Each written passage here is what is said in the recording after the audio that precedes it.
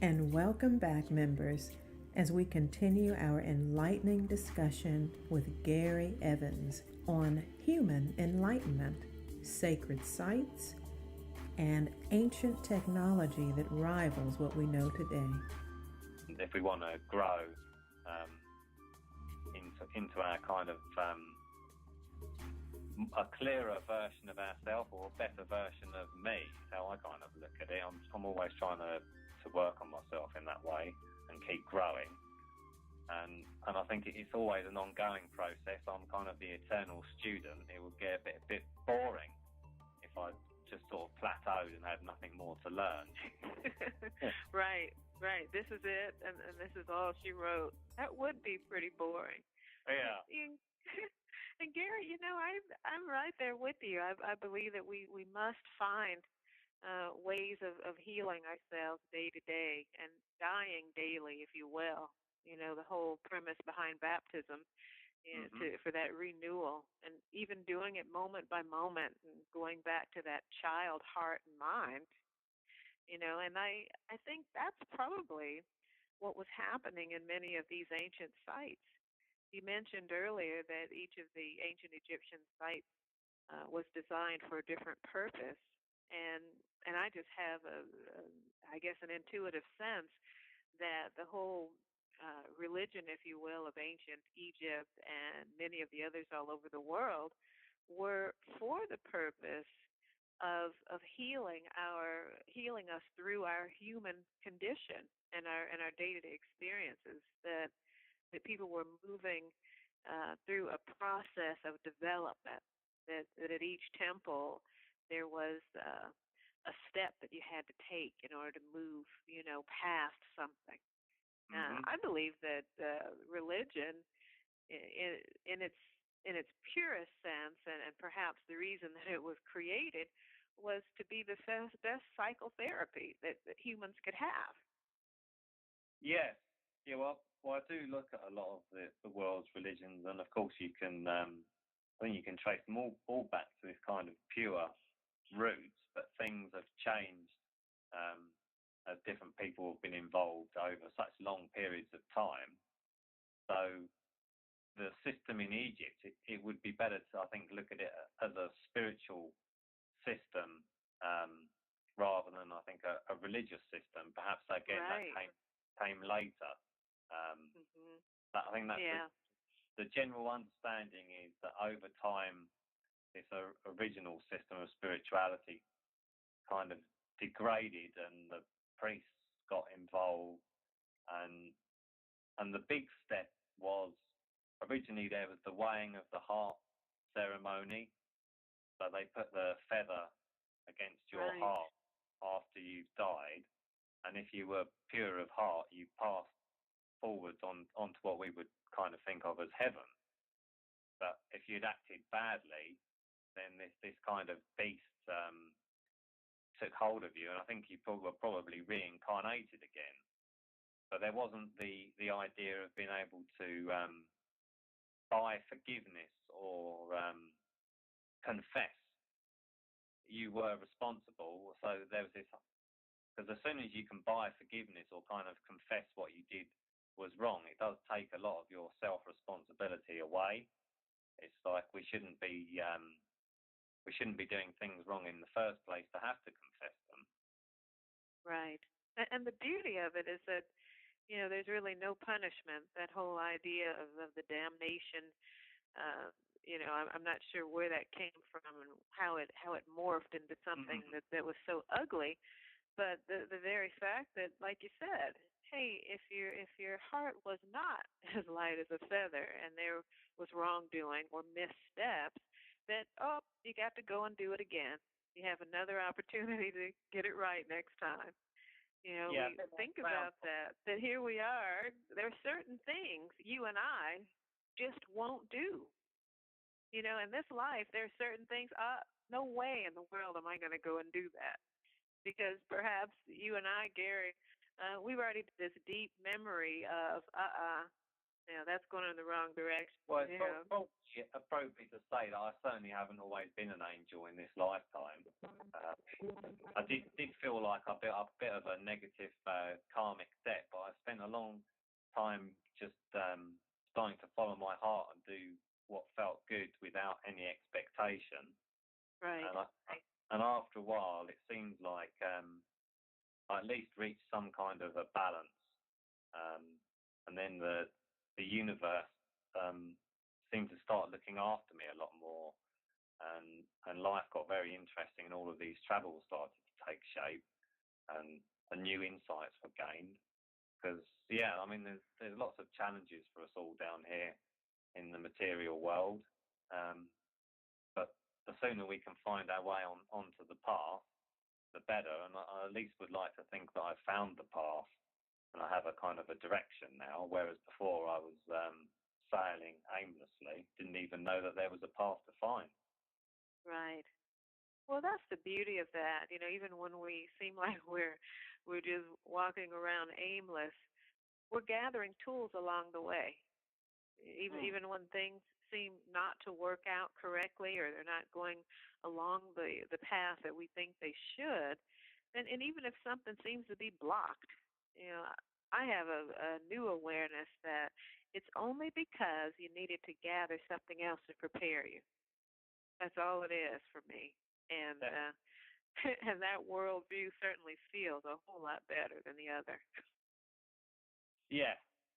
Well, I mean, I could see when I wasn't aware of my past that the skills I was picking up even then has now helped me. So I don't have any regrets. But right. When you can see at least the next step along the path in front of you, it does seem to speed things up a bit. And just trying to keep the constant growing and moving forwards at the moment. And certainly these ancient sites have been the real catalysts, I would say, for some bigger leaps forwards in my own understanding, getting an awareness on how we treat each other, and the kind of point in time that our civilization is at. Because if you're just living in a modern city and you're kind of seeing all of this latest technology and things coming out, it can give the false impression that we're actually very advanced as a species. But when you start to move down the spiritual path and move into your heart and see just the lack of empathy across the planet as a general role, I think that is slowly changing. I do see a greater spiritual awareness taking place. But if we look at the government's behaviour just towards each other, with the level of violence still that's taking place here, well, it reminds me of adolescent children. That's kind of how we treat each other at school. Yes. So I think as a species, if we want to compare ourselves to the ultimate potential for the human race and the nurturing of the good qualities that we have, rather than the kind of the competitive environment that we find ourselves in a lot of the time, then we are young adolescents. And the easy way to put it into perspective is to look at how much of just our own galaxy we've explored, and we've only just about got people to the moon. I mean, we've hardly scratched the surface. So if we think we understand the universe and the natural laws and life, and we put that into comparison with the billions and billions of planets and trillions of stars out there, well, we haven't even covered 1%. So we've got a lot to learn still. There is so much. And, speaking to that here we are, we're like these adolescents, and we're holding an Uzi or some other dangerous weapon in our hands, and we don't even know what to do with it. It would it would speak to the idea that maybe somebody did give us some technology that we weren't ready for on the spiritual end of things. So that could be something to think about. But looking at technology, you speak about the oldest computer, a device that was found. Can you tell us about that? You've got some really great images of that on your website. Well, on my Atlantis Evidence website, and you mean the Antikythera device? Yes, that's fascinating. And so this is a geared device that they've dated back to at least sort of 100 years before Christ, and it's of the same complicated gearing as we invented in the modern clock era, which was the sort of 16th, 17th century. So it was almost 2,000 years before its time in our recorded timeline, and so there's quite a lot. They've been doing some reconstructions online. It was found off of the island of Antikythera in the Mediterranean, and so people can look that up on my website, and there's a video about it there, and it seemed to record astronomical events, possibly the sort of games and perhaps the forerunners to the Olympics, and various different seasonal movements of the stars and things.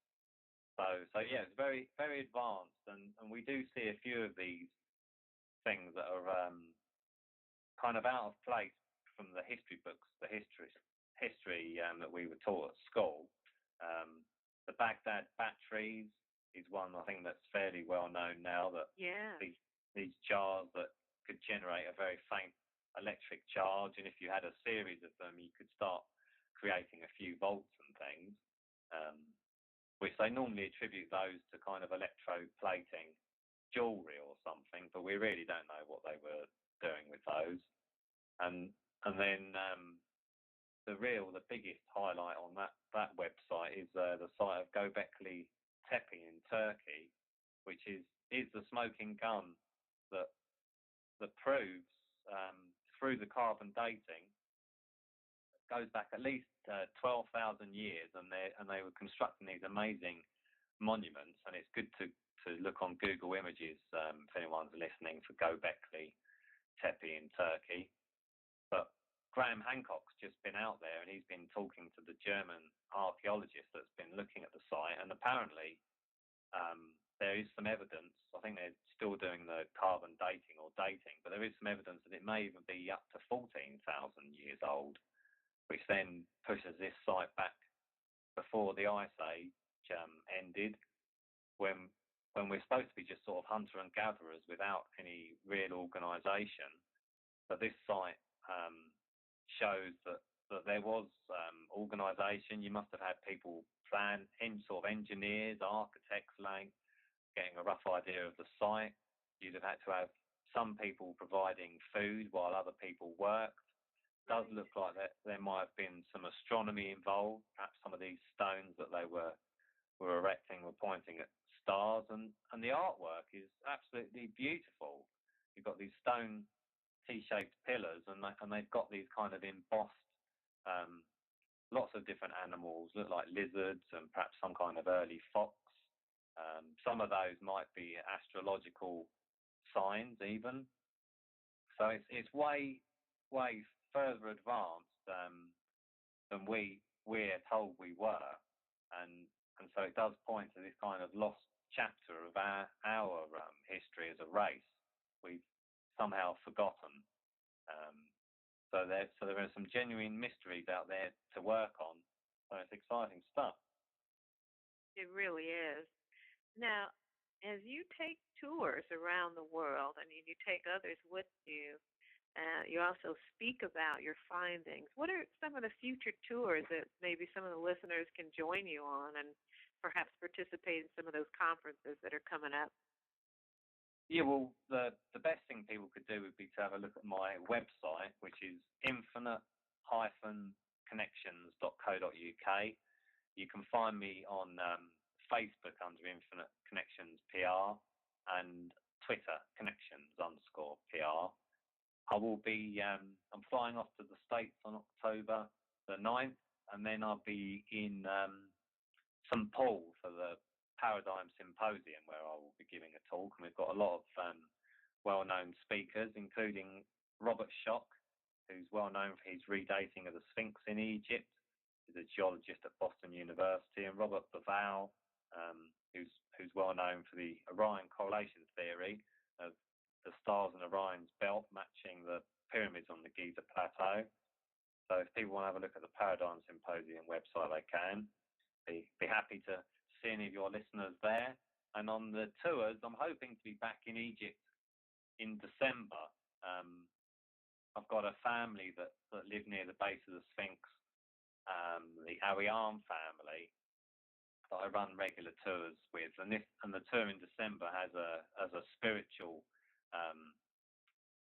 basis for it, so that we try to show people how to interact with the temples and kind of get into the intuitive space, give them sort of insights into deeper aspects of themselves, their role in this this lifetime, you could say, or perhaps they've got other things that they want to work out.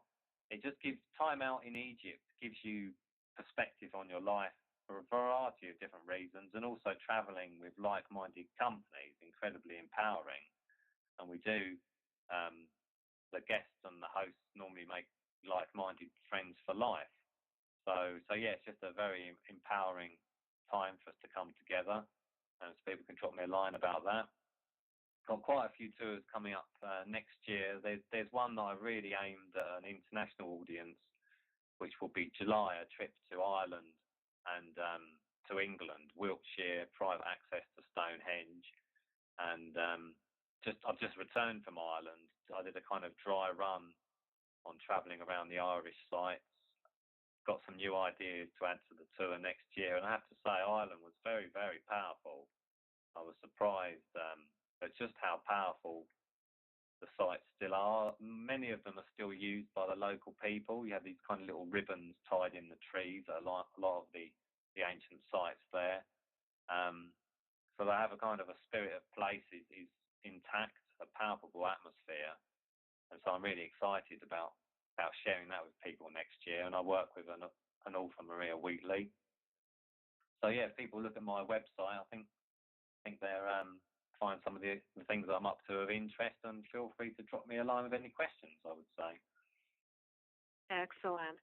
Well, we'll make sure that we do have all of those links, and they'll be placed here on the Illuminations Media website, so that everybody can find their way over to you and connect with you. I will definitely be on one of those tours at some point in time very soon. Really exciting work that you're doing, and I'm grateful you could take the time. You know, time just flies when you're having fun. We could sit here and talk about these things and get these feelings about, our ancestors. We could just do that all day long. This is one of the highlights of my life, is to do this. So, but unfortunately, we have a limited amount of time. But I'm hoping that you will be able to come back again and again and share your new findings, please. I'll be happy to. I enjoyed talking to you, and yes, it did go very quickly. Indeed. Well, I hope you enjoy your evening. This is Gary Evans. He is going to be a part of the family from this day forward. And I thank you so much for listening and for joining us. Take good care of yourselves, your mind, your body, and your spirit. Because when you do that, when you take good care of you, it's not a selfish act. You are giving everybody around you subconscious permission to do the same for themselves. Peace and blessings.